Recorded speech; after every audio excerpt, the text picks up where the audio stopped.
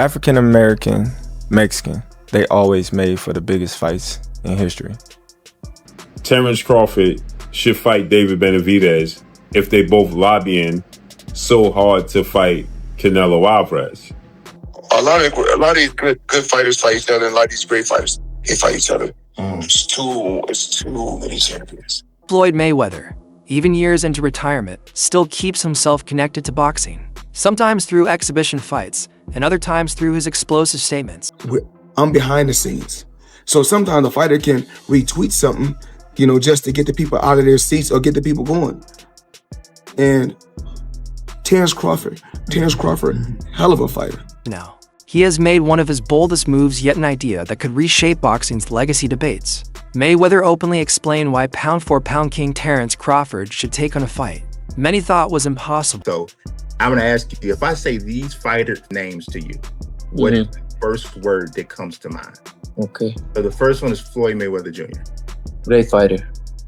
David Benavidez. Good fighter. The last one is Terence Crawford. Good fighter. The newly crowned pound-for-pound undefeated 5-division world champion, 3-division undisputed world champion, superstar boxer, who is the first ballot Hall of Famer once he retires, Terence Bud Crawford. Floyd Mayweather said in an interview with Fight Hype, Floyd Mayweather made a statement that Terence Bud Crawford should face off against the Mexican-Ecuadorian monster, David Benavidez, the 2-time WBC super middleweight and reigning WBC light heavyweight. It all began in a candid interview, where Mayweather was asked about Crawford's future.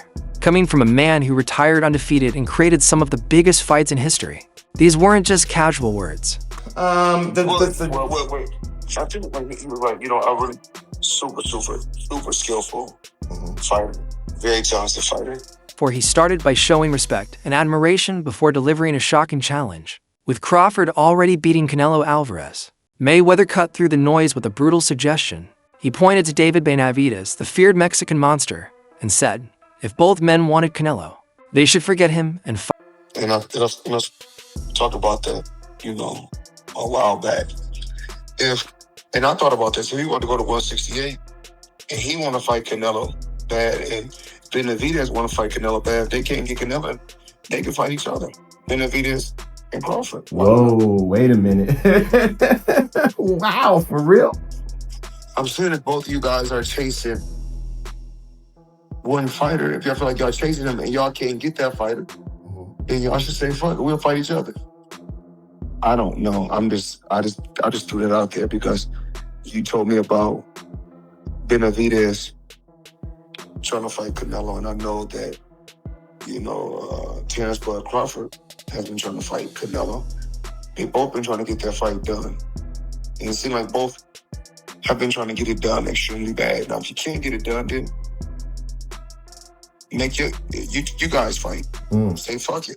And just like that, an idea most fans had never even imagined was suddenly on the table. Stop chasing Canelo, bro. You feel me? The man don't look like he want to fight you. You feel me? Right. This kid, the business of the game, bro. Sometimes it's just... Let me ask right, you, bro. But this isn't just any fight. It's a clash of completely different divisions. And David Benavidez, those are some fighters that... I'm just not really praising fighters. It's just giving guys their props. Saying, this guy can fight. To understand how wild Mayweather's suggestion really is, you need to look at the weight. Terence Crawford began his career at 135 pounds and recently conquered 168 pounds by defeating Canelo. You gotta have 4 arms. I know. And 6 eyes to beat Floyd. Is Floyd better than you? Keyshawn beat Tank? Keyshawn beat everybody. Him and Shakur. How you feel about them not fighting each other? That's cool? Yeah, that's cool. They don't need to fight each other. Was there anybody ever... They can beat up everybody else. Was there anybody ever like that in boxing with you? Because not really Sean Porter, right? Nope.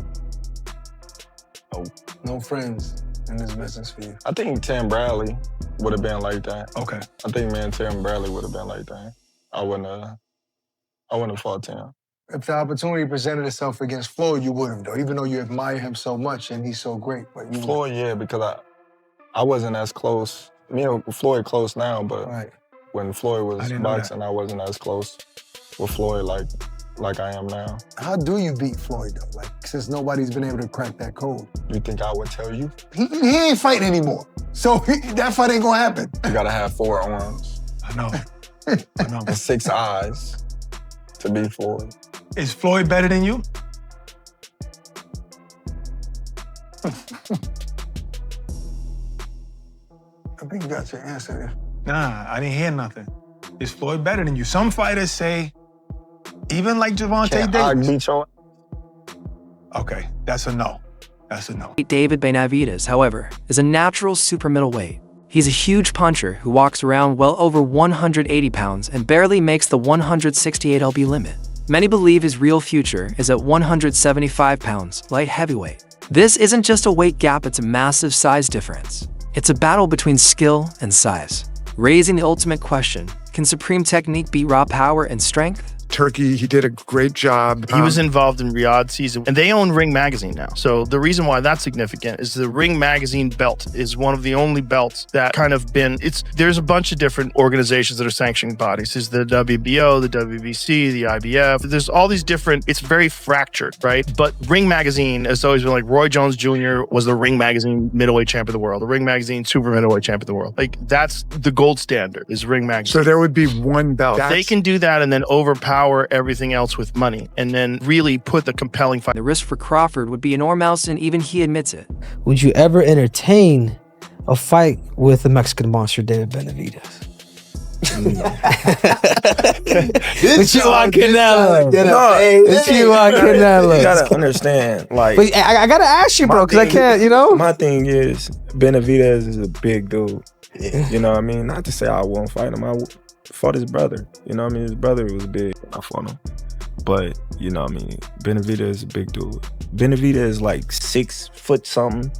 You know what I mean? Then you gonna come in 190, 200 probably. You know what I mean? Like, you never know. Like, that's a big dude. Like, you know what I mean? And he's skilled, man. You know what I mean? So it's like, you know, I might as well go to heavyweight if I fight Benavidez. Yeah. 10, but in modern boxing, it takes more than words from a retired legend to make fights happen. Big fights are made by billion-dollar backers. And just as fans dismissed Mayweather's idea as fantasy, everything changed. This is the gloves of the champ. He gave it to me, and this is important gift from him. It's mean a lot to me. We do it.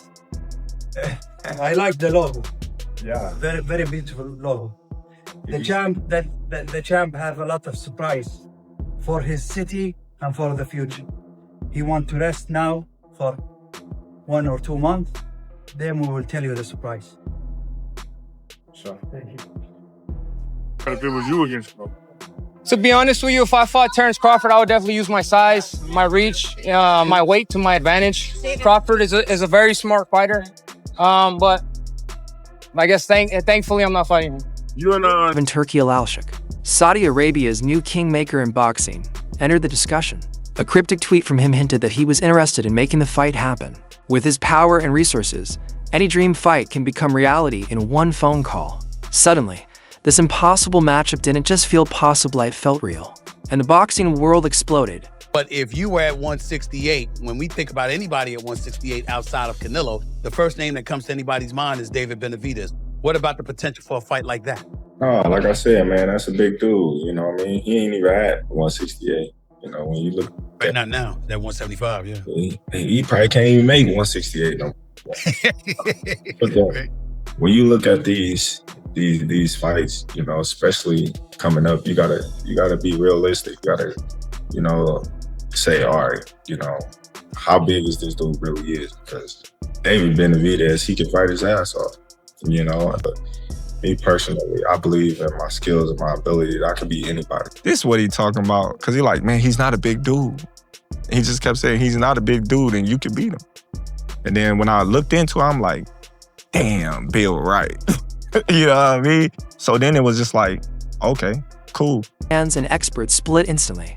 On one side, people like Kofi Genshua argued, that's not fair, saying it would be reckless to ask a smaller man like Crawford to face a giant like Benavidez. Benavidez is too big, too strong. We don't, you know, don't want to see a champion do so much and accomplish so much and then end his career with a bad choice, a bad fight that he shouldn't take. I wouldn't do it. Team Crawford remains the king and has safer, more realistic options. Names like Tim Tszyu and Keith Thurman provide big fights without the massive risks. Or whoever to, you know what I mean, make a quick buck or make a quick little penny, but I'm looking at the bigger picture.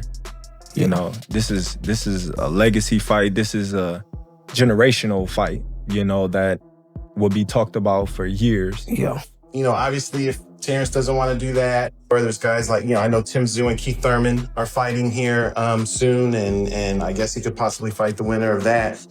Or do you think, I know there's still that guy, Jaron Boots Ennis, floating around. It's that younger name floating around at welterweight. I know, I think they'll get a whole fight. Boots Ennis. Just like we always say, somebody got to give you a chance. Somebody got to give you an opportunity and a chance. So somebody got to give Boots the opportunity and a chance. Whether it's Terence or somebody else. Seems like, it's been difficult for Crawford to get the Spence fight done. It's been difficult for him to get the Canelo fight done. So his other option is probably Boots Ennis. And it's not just Benavidez. Within Crawford's own division weights, another undefeated monster, Jaron Boots. And it's a fight many consider just as risky.